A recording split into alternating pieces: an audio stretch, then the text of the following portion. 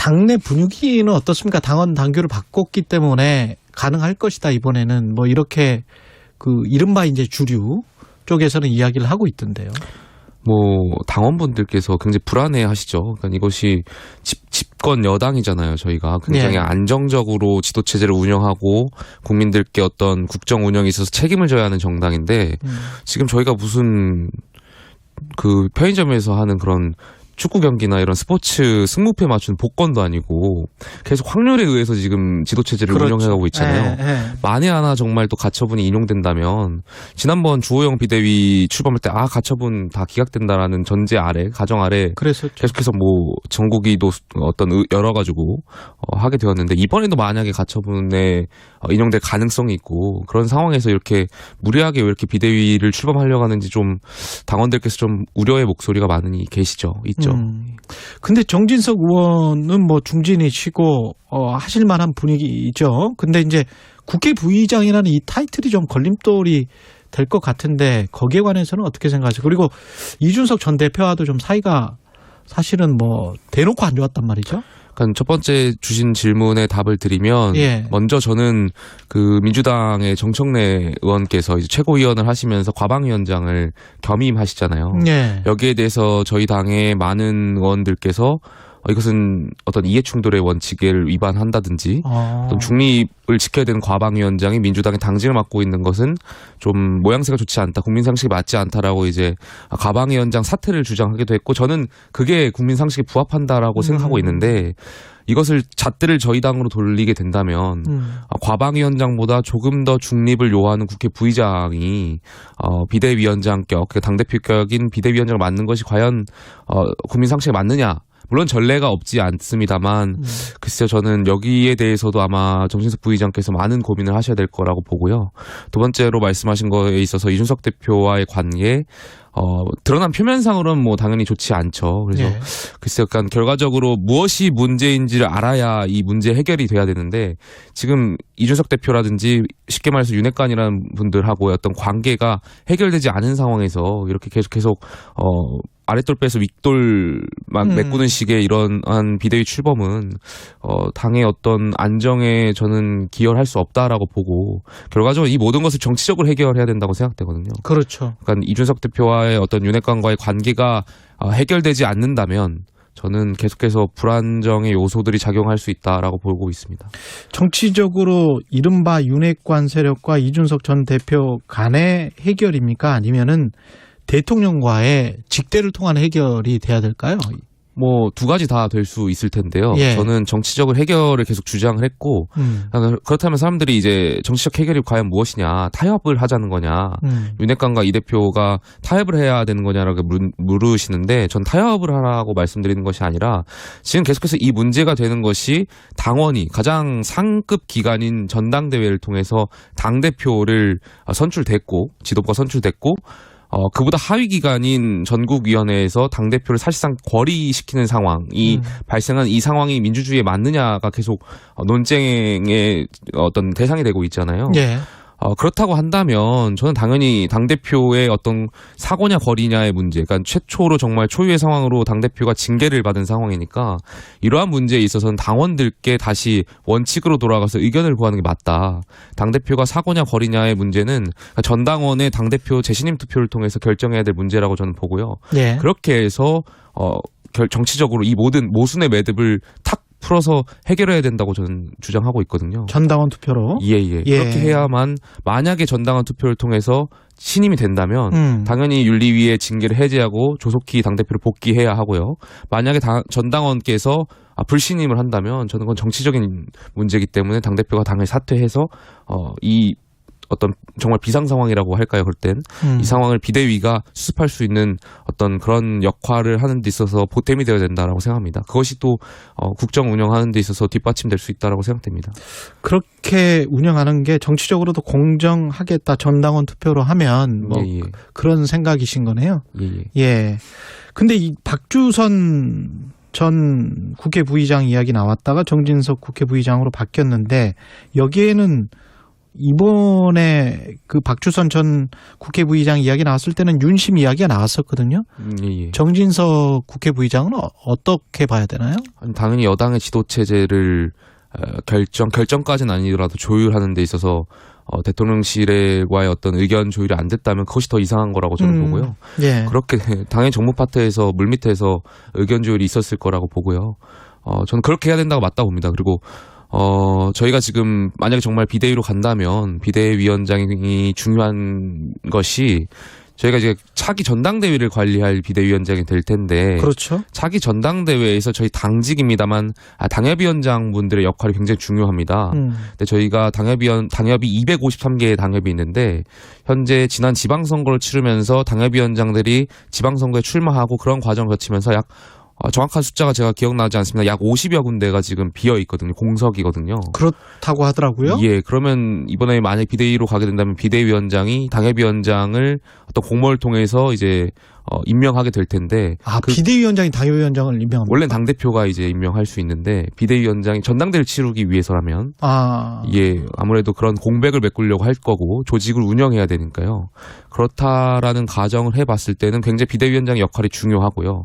중요하네. 당협위원장을 누가 임명되느냐에 따라서 향후 전당대회의 당대표가 또 어떤 결정에 있어서 100% 그분들이 결정할 수 있다고는 아니지만 어쨌든 조직표에 있어서 어느 정도의 영향력을 행사할 수 있는 분들이기 때문에 차기 전당대회를 염두에 둔다면 지금 비대위원장의 역할이 굉장히 중요하고 만약에 대통령실이 차기 전당대회에 아무래도 조율을 하게 된다면 아무래도 이번 비대위원장 인선에 있어서 대통령실과 좀 조율이 있지 않았겠느냐에 대한 추측이 있습니다.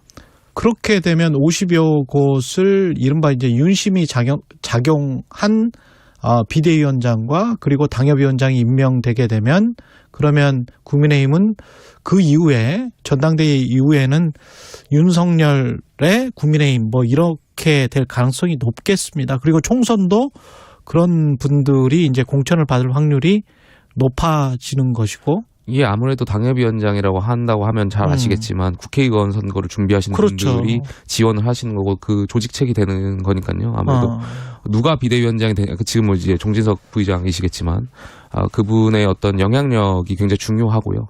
그렇기 때문에 앞으로 좀 지켜봐야 될 것 같습니다. 그럼 당의 정치 역학상에서 초선이나 재선이 지금 이른바 신윤핵관으로 이렇게 급부상하는 것도 결국은 총선과 공천 그것이 좀 연결이 돼 있는 거네요. 그러니까 저는 계속 복잡하게 보시는 것 같은데 결과적으로 이 문제의 굉장히 단순한 원인은 공천 문제에 있다라고 생각돼요. 그러니까 우리 다시 이렇게 말하면 좀 거대한 이야기를 좀 담론을 하게 되는데 우리 정치권의 문제 중에 하나가 저는 권력이 권력을 재생산하는 구조라고 보거든요.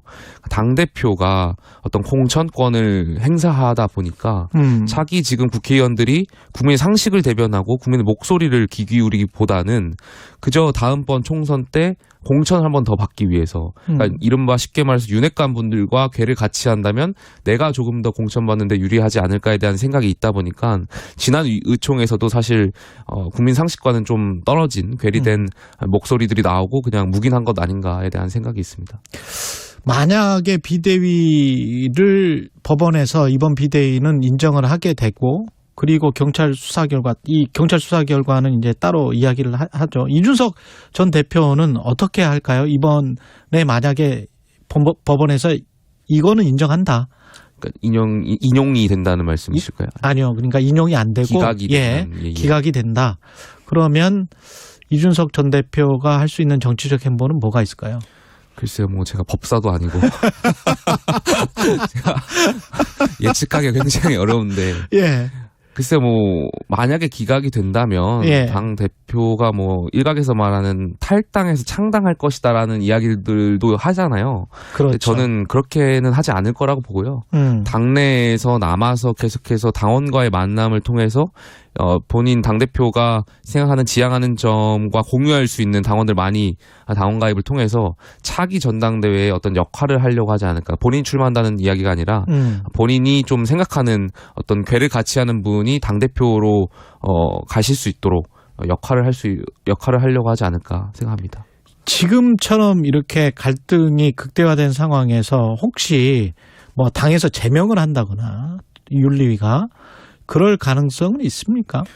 지금 기자분들의 취재를 종합해 보거나 아니면 제가 듣는 정보에 의해서도 그런 움직임이 없는 것 같진 않아요.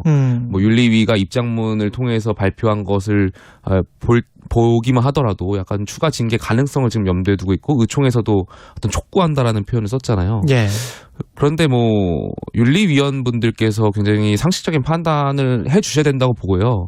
지금 여기서 추가 징계가 이루어진다면 이게 윤리위를 압박하는 것처럼 느껴질 것 같아 굉장히 조심스러운데 만약에 추가 징계가 이루어진다면 지금 안 그래도 당원들 간의 반목과 배척이 굉장히 심화되어 있는 상황에서 더 저는 이 당원 간의 어떤 갈등이 심화된다고 보고요.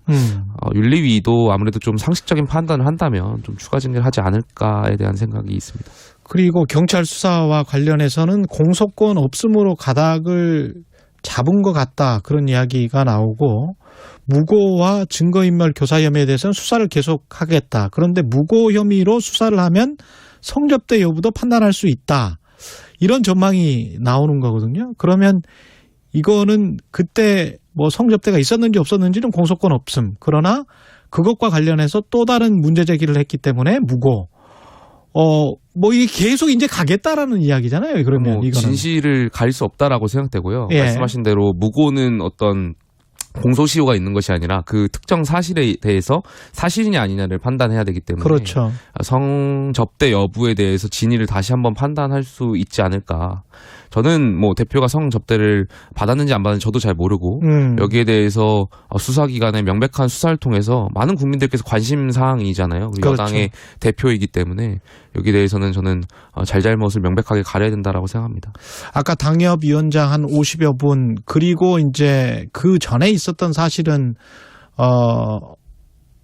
특정 어떤 세력의 신당 창당 이른바 이제 윤석열 당 국민의힘 뭐 이런 이야기가 여의도 정가에 계속 돌았었는데 지금은 그거는 뭐 무산되고 새로운 방식으로 아마 진행될 것 같다. 이런 게 또 이제 이야기가 돌고 있습니다. 어떻게 보세요? 저도 뭐 말씀하신 그런 정기 개편의 가능성 예. 시나리오를 많이 들었고요. 저는 아직도 가능성이 있다라고 생각됩니다. 다만 아직 시기가 총선이 뭐 짧으면 짧고 길면 긴데 이런 정기 개편을 하기에는 아직도 총선은 길게 느껴질 것 그렇죠. 같고요.